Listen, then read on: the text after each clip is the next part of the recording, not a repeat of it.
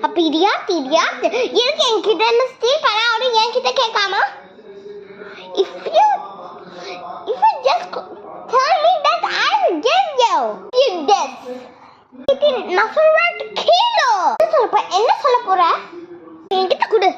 அது சிஸ்டம் கேரா கொடுத்தது என்கிட்ட வீணா